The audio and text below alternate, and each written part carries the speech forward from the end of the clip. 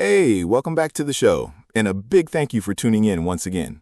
As always, we've got a glossary waiting for you in the description, so if any word catches you off guard, it's right there. All right, let's dive in. Sophie, I want to start with something that I find genuinely difficult to admit, which is that there have been periods in my adult life, not during some obvious crisis, just during ordinary weeks, when I have felt deeply lonely. Not isolated, not friendless.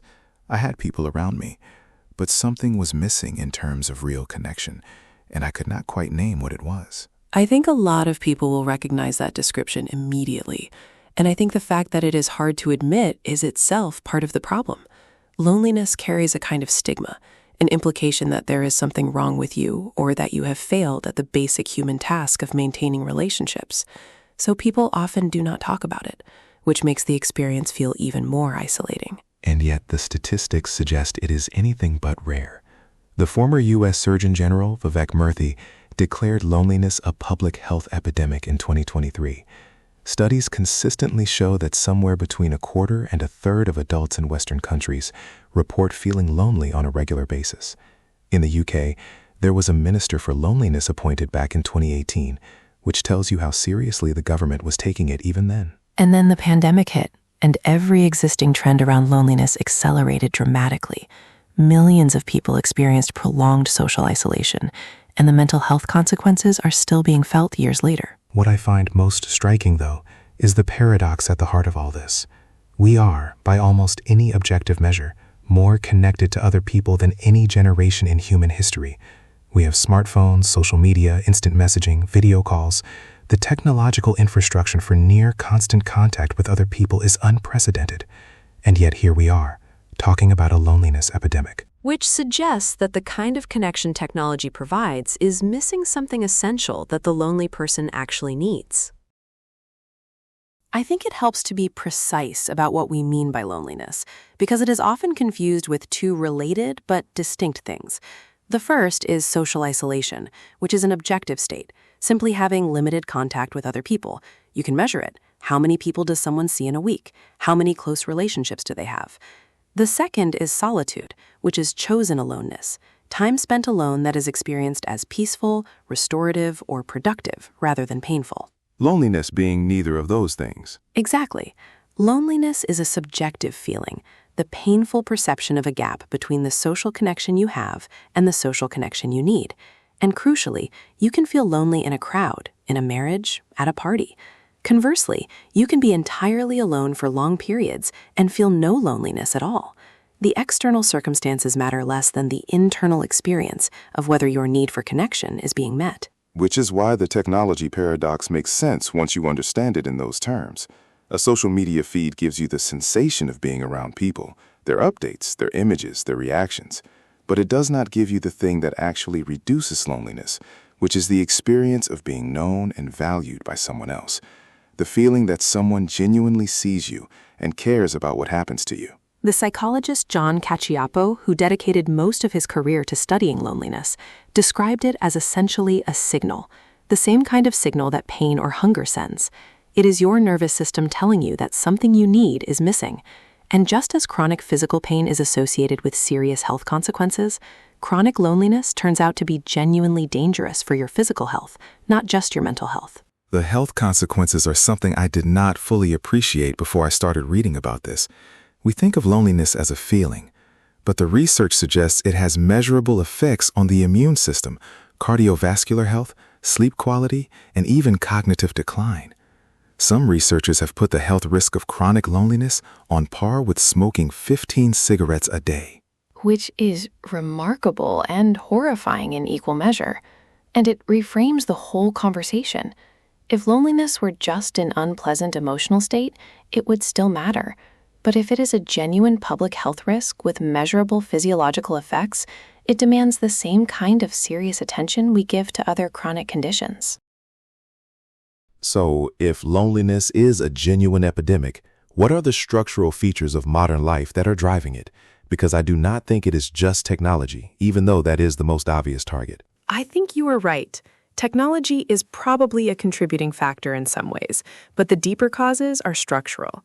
One of the most significant is the decline of the institutions and spaces that used to bring people into regular, repeated, low-pressure contact with each other. Churches, trade unions, community sports clubs, local pubs, civic organizations, all of these have declined sharply over the last few decades in most Western countries. The sociologist Robert Putnam wrote about this in his book Bowling Alone, way back in 2000. He used the example of 10-pin bowling. Americans were bowling more than ever, but doing it alone rather than in leagues. His argument was that social capital, the web of relationships and mutual trust that holds communities together, was declining even as material wealth increased. And that trajectory has only continued. Add to it the increasing mobility of the modern workforce, people moving cities or countries for work, repeatedly uprooting the local relationships they have built, and you have a recipe for chronic rootlessness. It's very hard to build the deep, long-term friendships that are most protective against loneliness when you move somewhere new every few years. There's also something about the design of modern cities and residential spaces that I think is underappreciated. Suburban sprawl, car dependency, the privatization of public space, apartment buildings where neighbors never speak. These are physical environments that are architecturally hostile to spontaneous social contact. In a walkable neighborhood with shared public spaces, you bump into people. You have serendipitous interactions. In a car-centric suburb, you move from your private home to your private car to your private office and back again. The built environment as loneliness infrastructure, that is a genuinely striking way to put it. And then, on top of all of that, there is the cultural narrative that prizes independence and self-sufficiency to such a degree that needing other people, or admitting that you do, can feel like weakness rather than what it actually is, which is a basic feature of being human. The myth of the self-made, self-sufficient individual who needs no one, asks for nothing, handles everything alone. It is a story that is particularly strong in some cultures, the USA being the obvious example, and it is genuinely toxic in the context of loneliness because it makes reaching out feel like failure rather than the brave and sensible thing it actually is. I want to talk about what actually helps, because I do not want to leave this entirely in the problem space. What does the research say, and what has your own experience suggested about what genuinely reduces loneliness? The research is fairly consistent on the most important factor, which is the quality of relationships rather than the quantity. Having a large network of acquaintances does very little for loneliness. Having even one or two relationships characterized by genuine mutual understanding, trust, and reciprocity is enormously protective. So the intervention question is not, how do I meet more people, but how do I deepen the connections I already have or could have? Which is a somewhat counterintuitive finding for a culture that tends to treat social life as a numbers game. The answer is not more followers, it is better conversations. And those better conversations require something that feels increasingly scarce in contemporary life, which is willingness to be vulnerable, to say something honest about how you actually are, rather than defaulting to fine, thanks, to ask a genuine question and actually listen to the answer, to let someone see you as you are, rather than as you want to be perceived. That is genuinely difficult, especially for men, for reasons we have touched on in other episodes. The social scripts around male friendship in particular tend not to include much space for that kind of emotional honesty. A lot of male friendships are built around shared activities rather than shared inner lives, and while that has real value, it does not necessarily address the deeper loneliness. At a structural level, I think there is growing evidence for the value of what are sometimes called third places, spaces that are neither home nor work, where people can gather regularly without a specific purpose. Coffee shops, libraries, parks, community gardens, volunteer groups. Places where you can have the kind of repeated, low-stakes contact with the same people that naturally builds into something more over time. The key word there being repeated. Research on friendship formation consistently shows that exposure is one of the most important ingredients. You are more likely to become friends with someone you see regularly and incidentally than with someone you meet once at a dinner party, however good the conversation was. Which is actually a hopeful insight, because it suggests that the path to connection is not some grand effort, but a series of small, consistent choices. Going to the same cafe at the same time, joining a club and actually turning up every week, saying hello to your neighbor rather than looking at your phone in the lift. These are not dramatic interventions, but over time, they compound. Connection as a habit rather than an event. I like that framing a lot. I want to say something specifically about men and loneliness, because I think there is a crisis within the crisis that does not get talked about enough.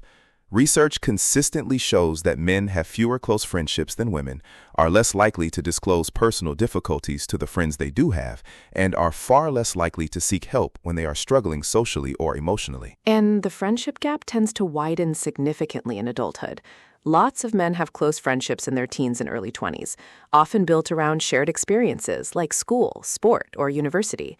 Then careers start. Relationships become more serious, people move cities, and one by one those friendships drift.